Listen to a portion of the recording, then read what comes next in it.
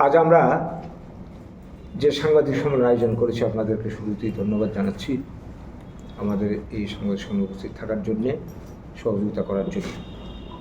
আমরা জানি যে এই গত দিন 3-4 আগেই আমাদের রাজ্য সরকার একটা উদ্ভট সিদ্ধান্ত নিয়েছে জিবি হসপিটালের এবং কলেজের সমস্ত যারা চিকিৎসক রয়েছে, ডাক্তাররা রয়েছে, তারা প্রাইভেট প্র্যাকটিস করতে পারবেন না, নির্দেশ জারি করা হয়েছে। তো এই নির্দেশের প্রেক্ষিতে যেহেতু তারা সরকারি কর্মচারী, চাকরি রক্ষার স্বার্থে তারা প্রাইভেট প্র্যাকটিস বন্ধ করে দিয়েছে। গত রবিবার থেকে প্র্যাকটিস বন্ধ,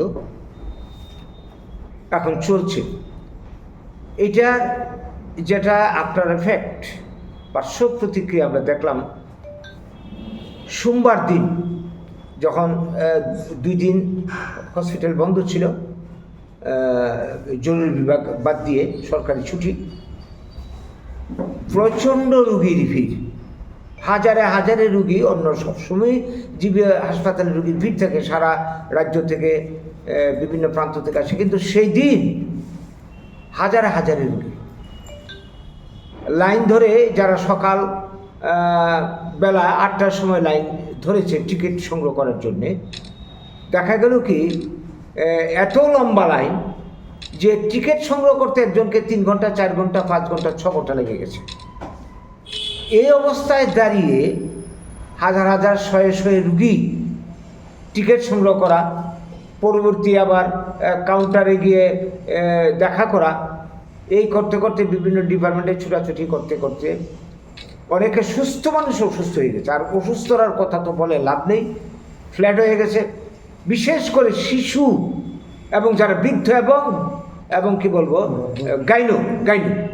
গাইনো এই সমস্যায় যারা, প্রসূতি সমস্যা নিয়ে যারা গেছে, এরার তো অবস্থা বলে লাভ নেই। যারা প্রত্যক্ষদর্শী তাদের যেটা অভিজ্ঞতা বর্ণনা করেছে যে এইখানে আসা মানে সুস্থ মানুষ অসুস্থ হবে, অসুস্থ মানুষ মরার উপক্রম হবে। তো এই যে সিদ্ধান্তটা গভর্নমেন্ট নিল, এটি কী ধরনের সিদ্ধান্ত হলো?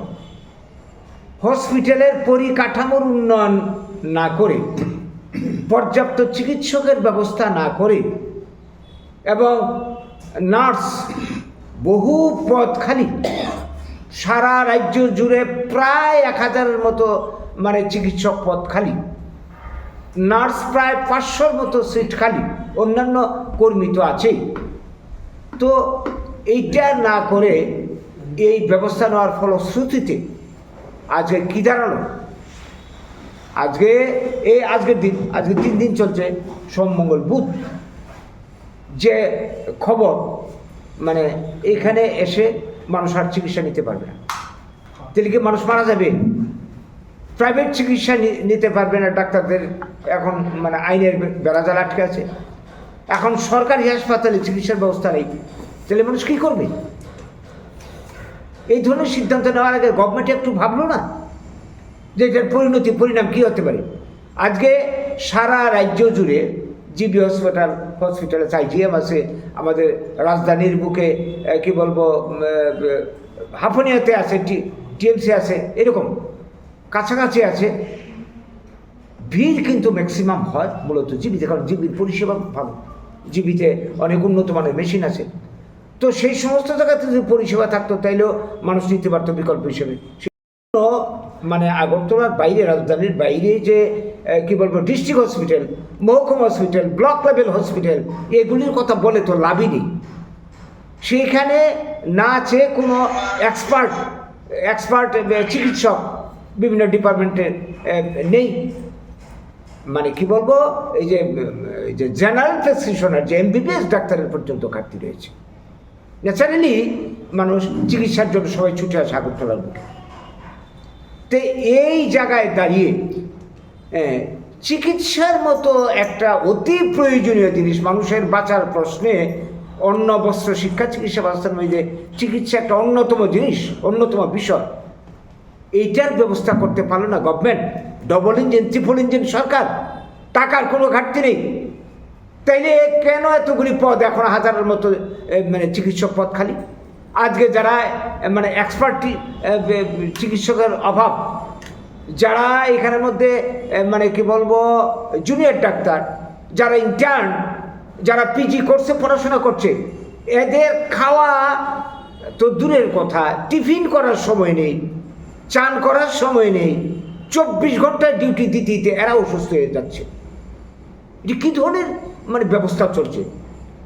তো এই জায়গায় দাঁড়িয়ে এখন আমাদের যেটা বক্তব্য, সারা রাজ্যের মানুষের যেটা বক্তব্য, এটা আপনারা জানেন যে আমরা চাই অবিলম্বে এই ধরনের ব্যবস্থা নেওয়ার আগে যেটা করা দরকার ছিল, গভর্নমেন্ট এই সিদ্ধান্ত, আইদার এই সিদ্ধান্ত প্রত্যাহার করতে হবে, ইনফ্রাস্ট্রাকচার তৈরি করে তার ইচ্ছা মতোই ব্যবস্থা নিক, কারোর কোনো আপত্তি থাকবে না। মানুষ যখন চিকিৎসা পরিষেবা পাবে, যে কোনো থেকে আমার বাড়িতে, যেমন আমার আরেকজনের বাড়ি খোয়াই বা দূরে আছে, সেখানে যদি চিকিৎসা পরিষেবা নিতে পারে, তার আসবে না এখানে। এই ব্যবস্থা গভর্নমেন্টকে করতে হবে। মানে সমস্ত কি বলবো শূন্যপদগুলি ডাক্তারের যেগুলি আছে, এগুলি অবিলম্বে 1 বছরের মধ্যে সমস্ত শূন্যপদগুলি পূরণ করতে হবে। নার্স 500-র মতো আছে, শূন্যপদগুলি পূরণ করতে হবে। শুধু অ্যালোপ্যাথ ডাক্তারের কথা বলছি না, হোমিওপ্যাথ, আয়ুর্বেদ, সেখানেও বহু পদ খালি পড়ে রয়েছে, সবগুলি পূরণ করতে হবে। এবং নার্স পদগুলি পূরণ করতে হবে। আরও যারা টেকনিশিয়ান স্টাফ রয়েছে হসপিটালে, পূরণ করতে হবে। এবং হসপিটালে গেলে আপনারা দেখবেন যে মানে এই যে রুগী, লম্বা লাইন, না আছে ফ্যান, না আছে দাঁড়াবার জায়গা, রুগীদের না আছে বসার জায়গা, এই যে একটা অব্যবস্থা চলছে, টাকার তো অভাব নেই, গভর্নমেন্ট বলছে এগুলি করতে হবে, পর্যাপ্ত টাকা আসছে, এগুলির ব্যবস্থা করতে হবে, গভর্নমেন্টকে করতে হবে। এবং করে গভর্নমেন্ট চিকিৎসার একটা মৌলিক পরিষেবা যেখানে ঘাটতি, সেই ঘাটতি গভর্নমেন্টকে পূরণ করতে হবে। আমরা 10টা দাবি এখানে রেখেছি, আরও অনেক কিছু বলার রয়েছে। তো এটার জন্যে আজকে আপনাদেরকে আমরা ডেকে এনেছি। আপনারা আমাদের দাবিগুলি, আমাদের বক্তব্যগুলি জনসাধারণের পক্ষ হয়ে আপনারা এই বক্তব্যগুলি সরকারের গোচরে নেবেন। যদি এইভাবে চলতে থাকে, মানুষ কিন্তু বিদ্রোহ করতে বাধ্য হবে, মানুষ রাস্তায় নামতে বাধ্য হবে। মানে খুব শুরু হয়ে গেছে চতুর্দিকে, এবং এই অনাকাঙ্ক্ষিত অবস্থা যাতে সৃষ্টি না হয় কর্তৃপক্ষের গোচরে। মাননীয় এই যে মুখ্যমন্ত্রী, তিনি চিকিৎসকও বটে, উনি যেখানে এই ডিপার্টমেন্টের মাথায় বসে আছেন, উনি যদি এটা তো উনি সহজে অন্যরা রিয়েলাইজ না করলেও করতে পারেন, উনি যদি এটা বুঝতে না পারেন, কে বুঝবে? আমরা তো মনে করি সেই প্রসঙ্গে আরেকটা কথা, এই ডিপার্টমেন্টের জন্যে চিকিৎসা বিভাগে একজন পূর্ণকালীন মন্ত্রীর প্রয়োজন। এটা কেন হচ্ছে না? চিকিৎসার মতো একটা ব্যাপার। আজকে এদের এই সমস্ত সিদ্ধান্ত আমরা শিক্ষার ক্ষেত্রে দেখেছি প্রাসঙ্গিক। এই যে বিদ্যাজ্যোতি স্কুল হুট করে সিদ্ধান্ত নিয়ে নিল ইনফ্রাস্ট্রাকচার নেই। পরিণামটা কী দাঁড়ালো? আমরা গত বছর অভিজ্ঞতা কি, বিদ্যাজ্যোতি স্কুলে ভর্তি হয়ে মহাবিপদে পড়েছে। স্টুডেন্ট 1 বছর 2 বছরে টিচার নেই, ইনফ্রাস্ট্রাকচার নেই, তো পড়াশোনা রেজাল্ট খারাপ করেছে। গার্জিয়ান বাধ্য হয়ে এই সমস্ত স্টুডেন্টদেরকে এনে অন্যান্য স্কুলে ভর্তি করিয়েছে। তো এই যে অবস্থাটা, এইটা এখন বাধ্য হয়ে কী হচ্ছে, মানুষ যাদের একটু পয়সা আছে নার্সিংহোমে ছুটে যাচ্ছে, কিন্তু সবার তো পয়সা নেই। এই যে চিকিৎসার বর্তমান অবস্থাটা দেখছি, শিক্ষার ক্ষেত্রে ঠিক তাই, উন্নত স্কুলগুলিতে বেশি ক্যাপিটেশন যাদের পয়সা আছে দিয়ে ভর্তি হচ্ছে, সবার তো সামর্থ্য নেই। কাজেই এগুলি গভর্নমেন্টকে করতে হবে, এই দাবি আমরা রাখছি।